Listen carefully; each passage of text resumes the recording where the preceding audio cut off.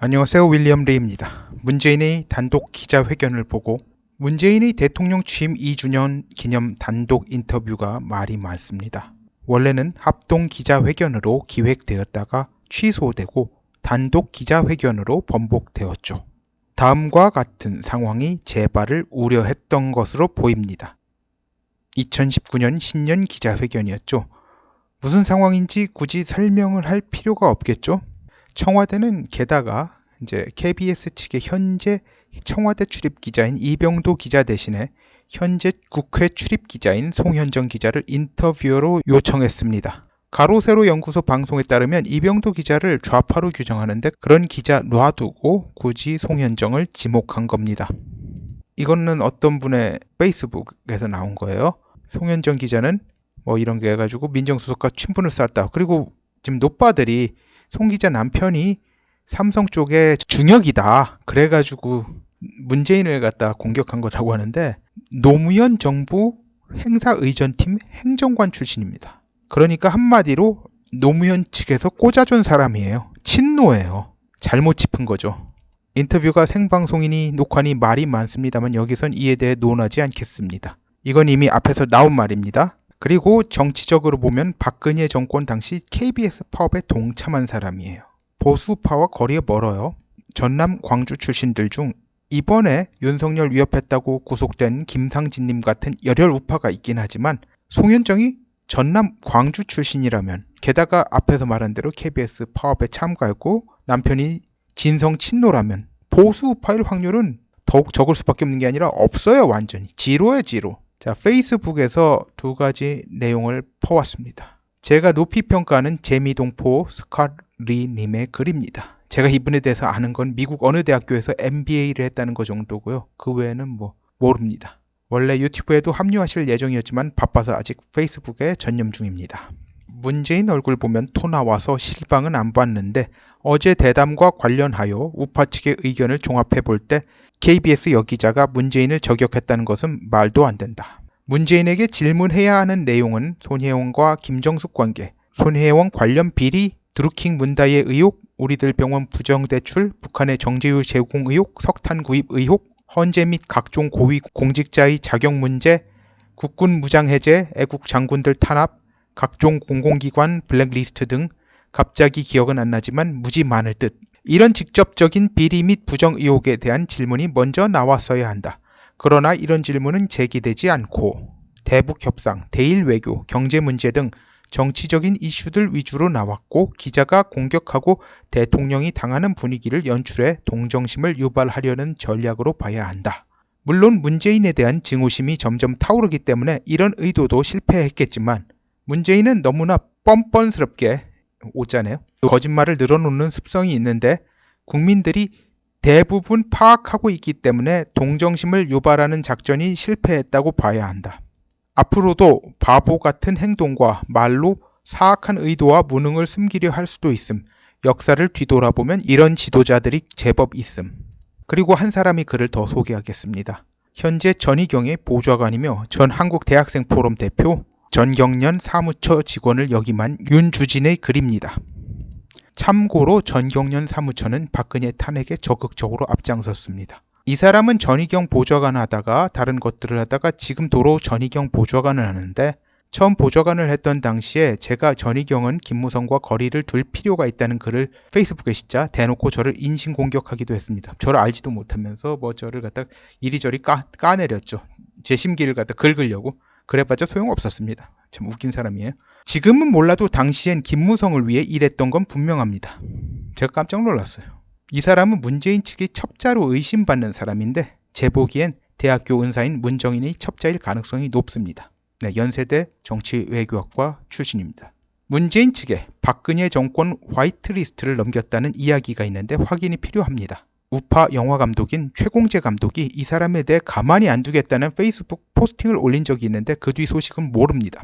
자, 봅시다. 문재인 대통령 대담 솔직 후기. 말 잘한다, 술술 흐름도 좋았고 뭘 보고 하는 것 같다는 느낌이 안 들었고 보고했다고 하기엔 자연스러웠다.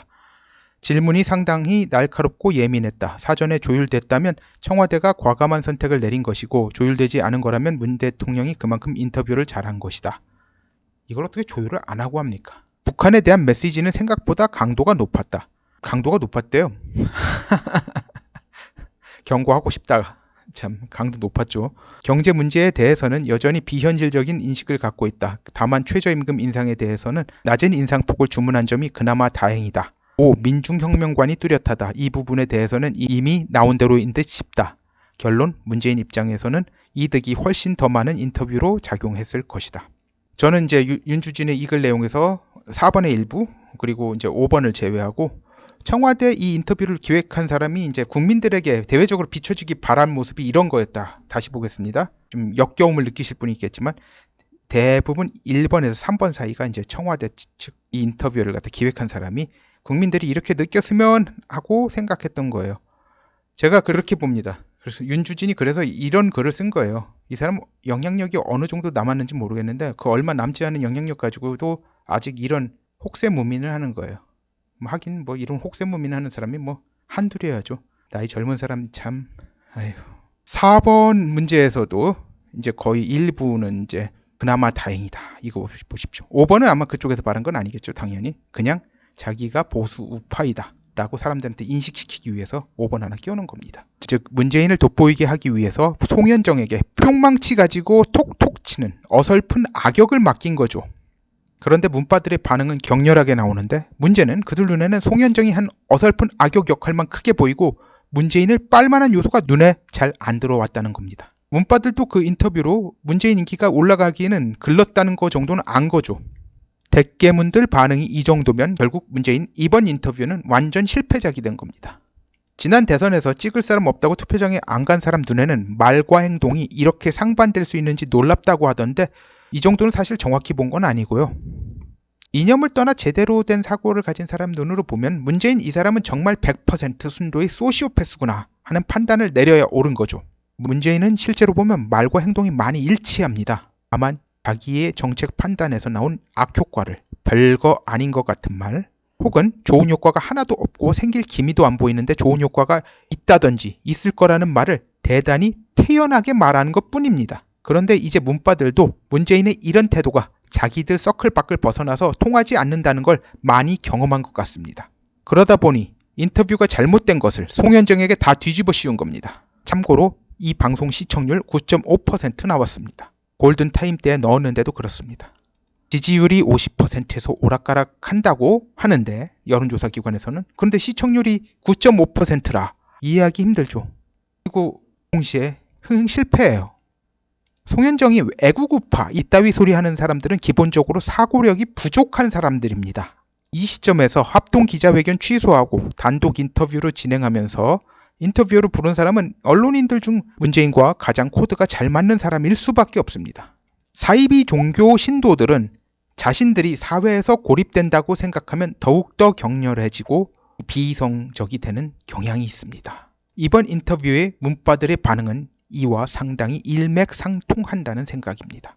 한국인들에게 가혹한 시간이 다가오고 있습니다. 그나마 위안인 건 이 겨울은 문재인의 소주성이 잘 될 거라 믿거나 문재인의 경제 개판치는 것에 대해 위기의식이 없는 사람들에게 훨씬 가혹할 거라는 점입니다. 이 문바라는 작자들은 지딸이 몸을 팔아 생계를 이어가야 하는 상황이 돼야 정신을 차리게 될까요? 캐나다인들 중 소아성애자들 많은 수가 쿠바에 가서 그 변태 성욕을 풉니다. 특히 겨울철 아바나행 비행기를 타고 가는 상당수의 캐나다인들이 그런 변태들입니다. 이런 자들은 아바나 뒷골목에서 한국 학년으로 치자면 중학교 1, 2학년 정도 된 여자애들을 삽니다. 이 여자애들이 집안 생계를 책임지고 있는 경우가 많아요.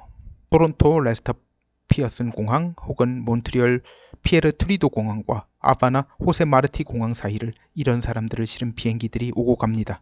쿠바는 매춘, 특히 이런 아동 매춘은 불법이지만 외화가 너무 모자라니 외국인 상대로 하는 건 눈 감아줍니다. 문바들 많은 수가 이상적 국가라고 막연하게 생각하는 쿠바의 현실입니다. 저는 예전에 문재인이 한국을 이런 정도로 만들지는 않겠지 하고 저도 그렇게 생각했어요. 그런데 이번 인터뷰 보고 생각이 완전히 바뀌었습니다. 100% 그러고도 남을 사람입니다. 그러고도 양심의 가책을 전혀 느끼지 않을 사람이죠. 오늘은 여기까지 하겠습니다.